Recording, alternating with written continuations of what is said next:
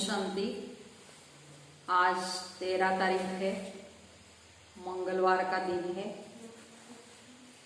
आज सारा दिन मैं आत्मा ज्ञानामृत कलशधारी हूँ, इस स्वमान का अभ्यास करेंगे। ज्ञान का सागर शिव बाबा है, वो हमको ड्रामा के आदि मध्य अंत का ज्ञान देते हैं, जिससे हम सर्वगुण संपन्न देवता बनते हैं। तो हमको भी ज्ञान धारण भी करना है और औरों को भी देना है, और सारा दिन इस ज्ञान अमृत का अभ्यास करते रहना है।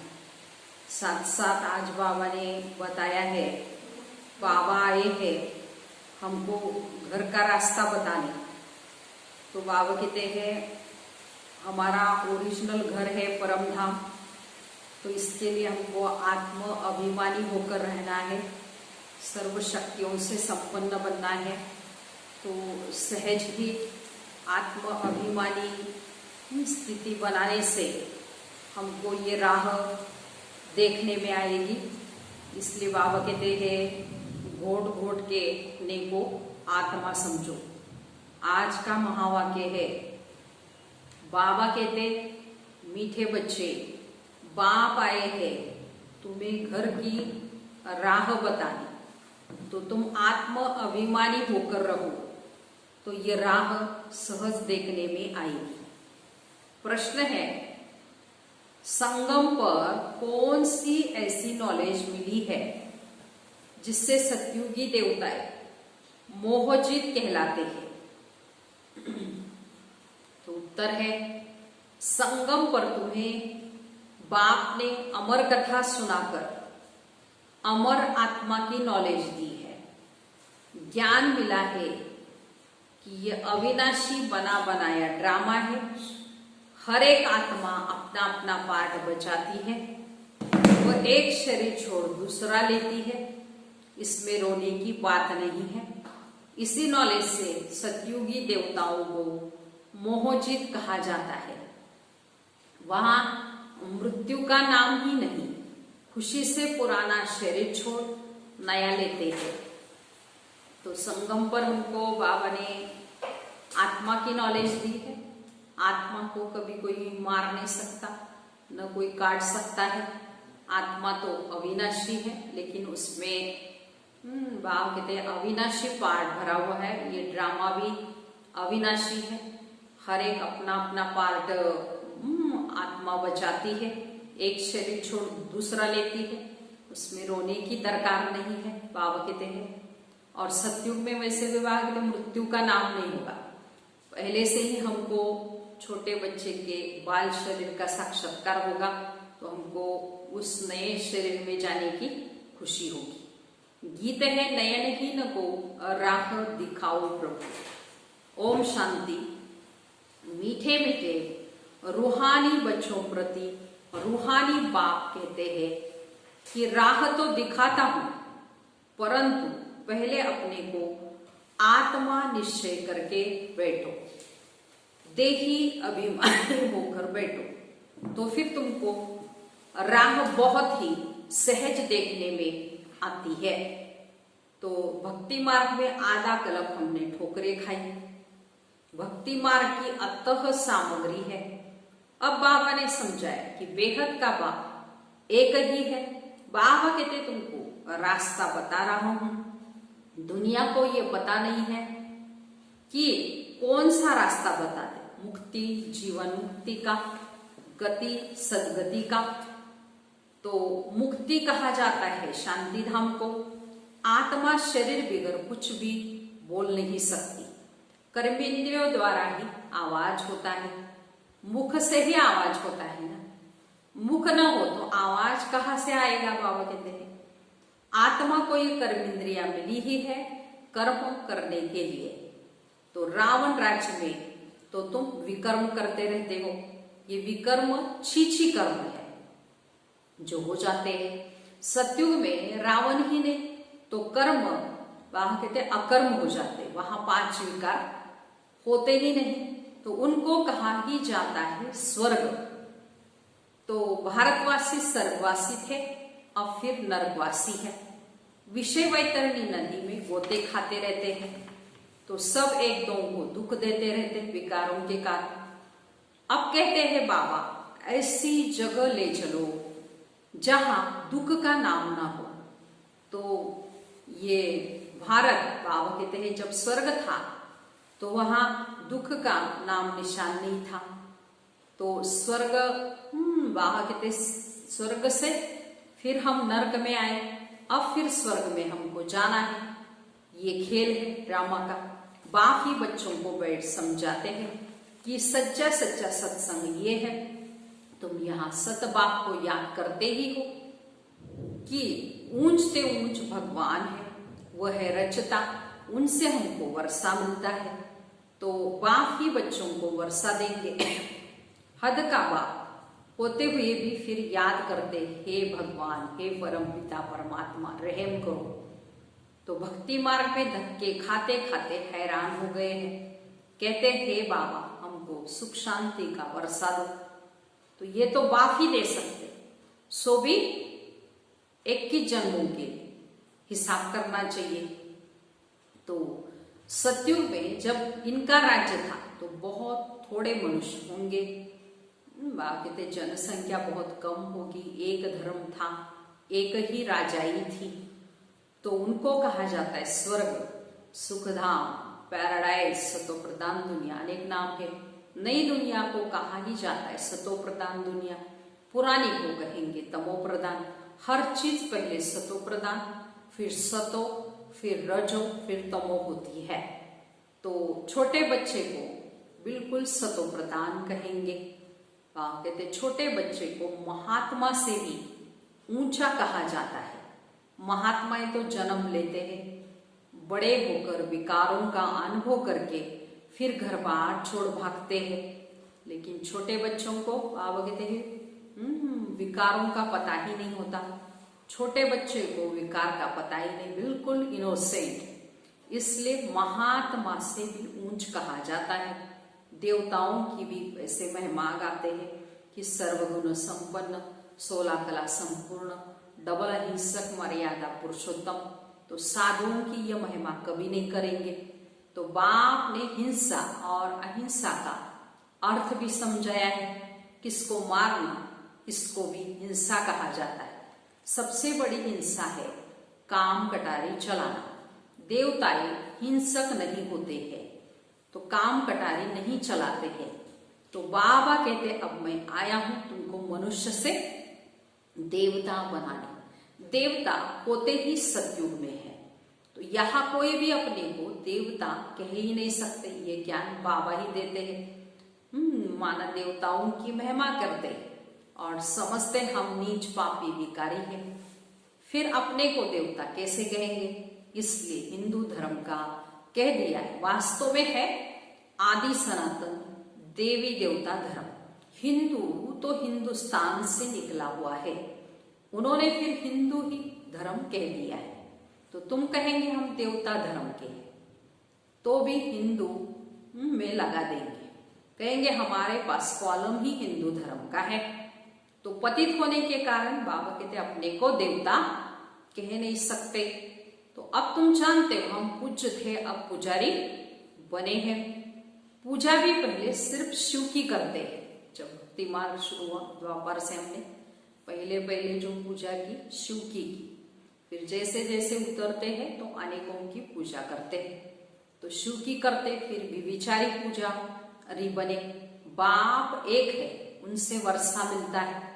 बाकी तो अनेक प्रकार के देवियां आदि है, उनसे कोई वर्षा नहीं मिलता। इस ब्रह्मा से भी तुमको वर्षा नहीं मिलता। एक है निराकारी बाप, दूसरा है साकारी बाप। साकारी बाप होते हुए भी हम हे भगवान के उस भगवान को बुलाते हैं।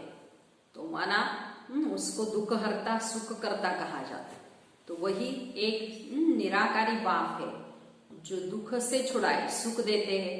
हे परम पिता परमात्मा कहते रहते हैं। लौकिक बाप को कभी भी ऐसा नहीं कहेंगे। तो वर्षा मिलता है बाप से। तो पति और पत्नी हाफ पार्टनर होते हैं, तो उनको आधा हिस्सा मिलना ही चाहिए। पहले आधा उनका निकाल, बाकी आधा बच्चों को देना चाहिए। परंतु आजकल तो बच्चों को ही सारा धन दे देते हैं। कोई कोई का बहुत मोह होता है, तो समझते हैं हमारे मरने बाद बच्चे ही हकदार रहेंगे। आजकल के बच्चे तो बाप के चले जाने पर माँ को पूछते भी नहीं है। कोई कोई मातृ स्नेही भी होते हैं, तो कोई फिर मातृद्रोही भी होते हैं। तो आजकल बहुत करके मेजॉरिटी बाबा कहते हैं मातृद्रोही ही होते हैं। सब पैसे उड़ा देते हैं। धर्म के बच्चे भी कोई कोई ऐसे निकल पड़ते जो बहुत तंग करते हैं। अब बच्चों ने गीत सुना, कहते बाबा हमको सुख का रास्ता बताओ जहां चैन हो। रावण राज्य में तो सुख हो ही न सके। भक्ति मार्ग में तो इतना भी नहीं समझते कि शिव अलग है और शंकर अलग है। बस माथा टेकते रहो, शास्त्र पढ़ते रहो। अच्छा, इससे क्या मिलेगा? कुछ भी पता नहीं। सर्व को शांति का, सुख का दाता एक ही बाप। सतयुग में सुख भी है तो शांति भी है। भारत में सुख शांति थी, अब नहीं है, इसलिए भक्ति करते दर दर धक्के खाते रहते हैं। अब तुम जानते हो शांति धाम और सुख धाम में ले जाने वाला एक ही बाप है।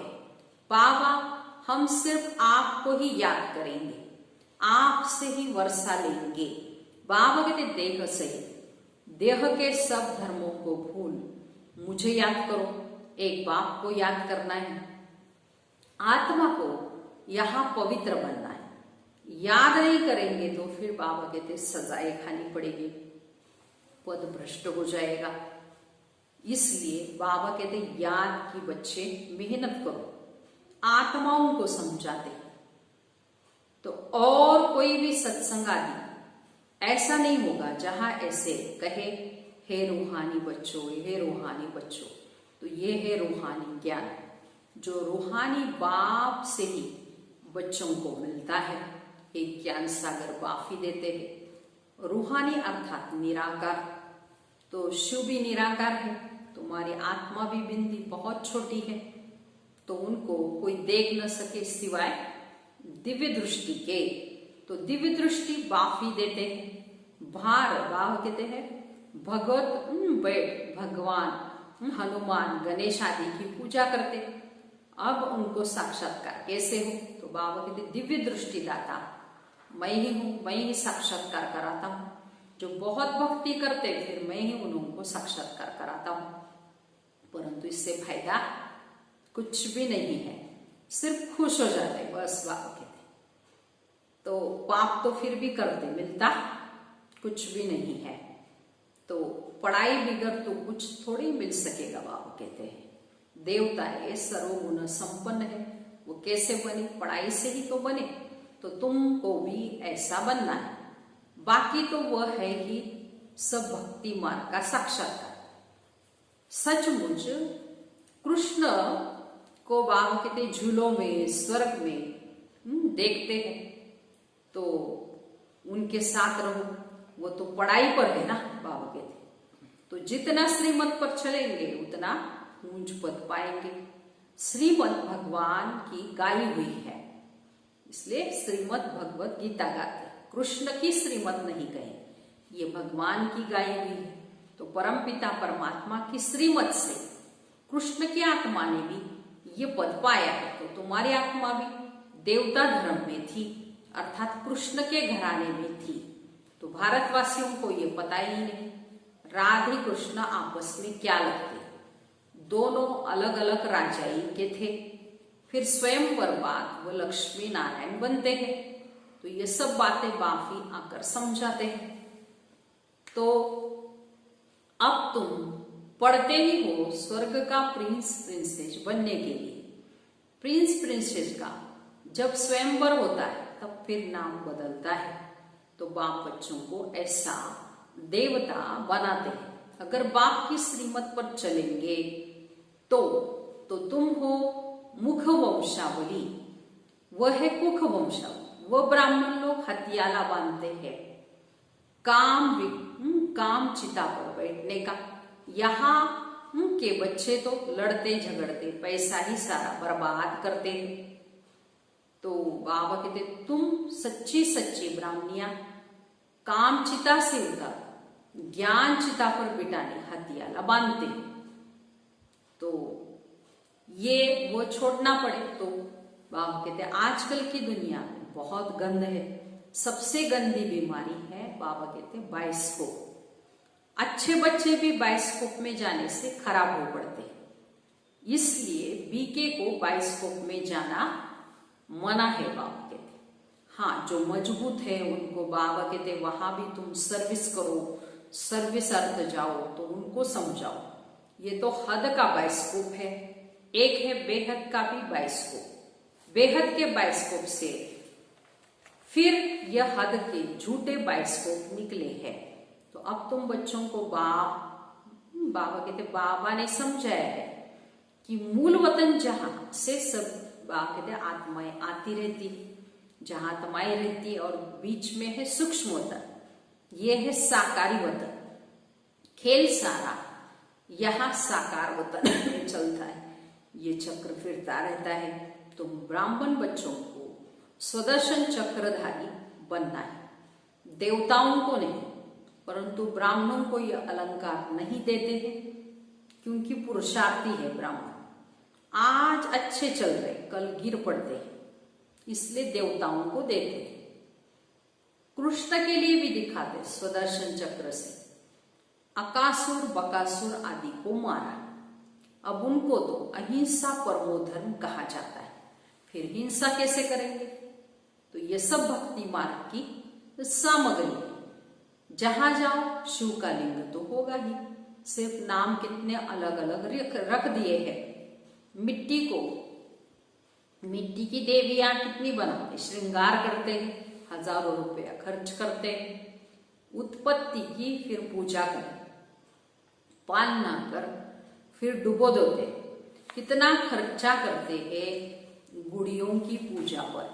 देखो बाबा आजकल देवियां बनाएंगे, मूर्तियां बनाएंगे और पूजा करके खिला पिला के फिर डुबो देंगे, तो फायदा कुछ भी नहीं। उनकी बायोग्राफी को भी नहीं जानते, पूजा क्यों करनी है वो भी नहीं जानते, तो मिलता तो कुछ भी नहीं है। बाबा समझाते इसमें पैसे बर्बाद करते हैं, बर्बाद करने, पैसे बर्बाद करने की भक्ति। सीढ़ी उतरते ही आए, अब बाप आते हैं तो सबकी चढ़ती कला होती है, सबको शांति धाम सुख धाम ले चलते बाप। पैसे बर्बाद करने की बात ही नहीं। फिर भक्ति मार्ग में तुम पैसे बर्बाद करते करते इंस्टॉलमेंट बन गए, गिरावट को आ गए, भागते तमो प्रदान बन गए। सॉल्वेंट इंस्टॉलमेंट बनने की कथा तो बाप बैठ बच्चों को समझाते। तो तुम इन लक्ष्मी नारायण की डिनाइस्टी के थे ना, अब तुमको नर से नारायण बनने की शिक्षा भी बाप ही देते हैं। सबसे ऊंची शिक्षा, सबसे हायर एजुकेशन एक बाप ही सिखाते हैं, जो हमको आकर मनुष्य से देवता बनाते। वो लोग तीसरी की कथा, अमर कथा सुनाते, वो सब झूठी कथाएं हैं। तीसरी की कथा तो ये है जिससे आत्मा का ज्ञान का तीसरा नेत्र खुलता है, सारा चक्र बुद्धि में आ जाता है। बाबा कहते हैं आदि मध्य अंत समझ में आता है। तो तुमको ये ज्ञान का तीसरा नेत्र मिला है। अमर कथा भी सुन रहे हो, अमर बाबा तुमको अमर कथा भी सुना रहे, अमरपुरी का मालिक बनाते हैं। वहां तो तुम कभी मृत्यु को पाते ही नहीं। यहां तो काल का मनुष्यों को कितना डर रहता है, मरने का डर। वहां डरने की रोने की बात ही नहीं है। खुशी से एक पुराना शरीर छोड़ नया लेते हैं। यहां कितना मनुष्य रोते हैं, ये है ही रोने की दुनिया। बाबा कहते ये तो बना बनाया ड्रामा है, हर एक का अपना अपना पार्ट बजाते रहते हैं। तो ये देवताएं मोहजित है ना। बाबा कहते आत्मा की नॉलेज होने के कारण, और आत्मा कभी जलती मरती नहीं, तो आत्मा अविनाशी होने के कारण देवता एक मोहजित है। तो यहाँ तो दुनिया में अनेक गुरु हैं जिनकी अनेक मतें मिलती है, तो हर एक की अपनी मत है। तो एक संतोषी देवी है जिसकी पूजा होती है। अब संतोषी देवियां तो सतयुग में ही हो सकती है, यहाँ कैसे हो सकती? क्योंकि यहाँ की दुनिया में कोई संतुष्ट है ही नहीं बाबू। सतयुग में देवताएं सदैव संतुष्ट होते हैं। यहाँ तो कुछ न कुछ आश रहती ही है, वहां कोई भी आश नहीं होती। तो बाबा सबको संतुष्ट कर देते हैं, तो तुम पदम पति बन जाते हो।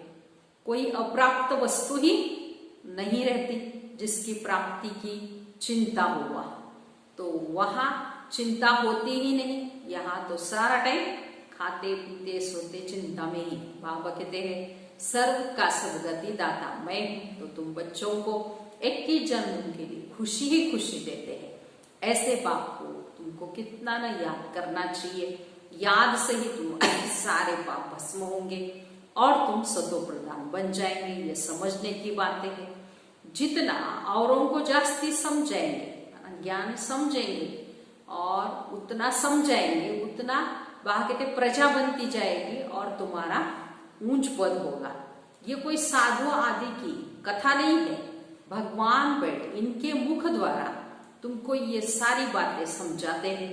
अब तुम संतुष्ट देवी देवता बन रहे हो। अभी तुमको व्रत कोई नहीं रखना चाहिए, सदैव पवित्र रहने का व्रत चाहिए, क्योंकि पावन दुनिया में जाना है। तो अभी पतित नहीं बनना है। बाप ने ये व्रत सिखाया है। तो मनुष्यों ने फिर अनेक प्रकार के व्रत बैठकर बनाए, ये नहीं खाना वो नहीं खाना, ऐसे व्रत बनाए हैं।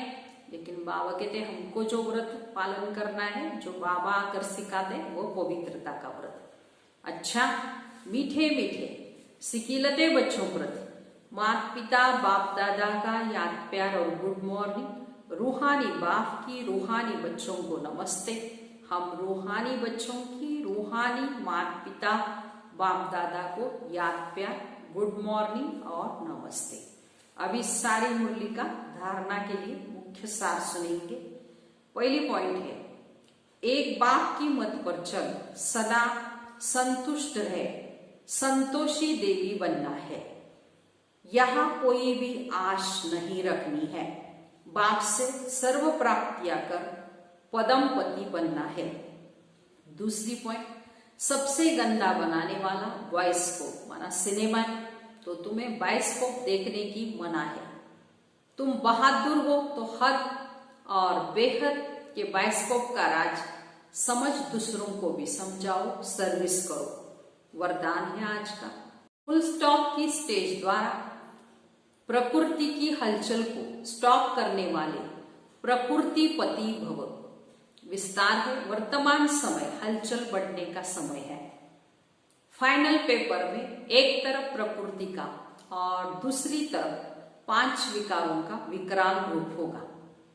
तो तमोगुनी आत्माओं का वार और पुराने संस्कार सब लास्ट समय पर अपना चांस लेंगे। ऐसे समय पर समेटने की शक्ति द्वारा अभी अभी साकारी, अभी अभी आकारी और अभी अभी निराकारी स्थिति में स्थित होने का अभ्यास चाहिए।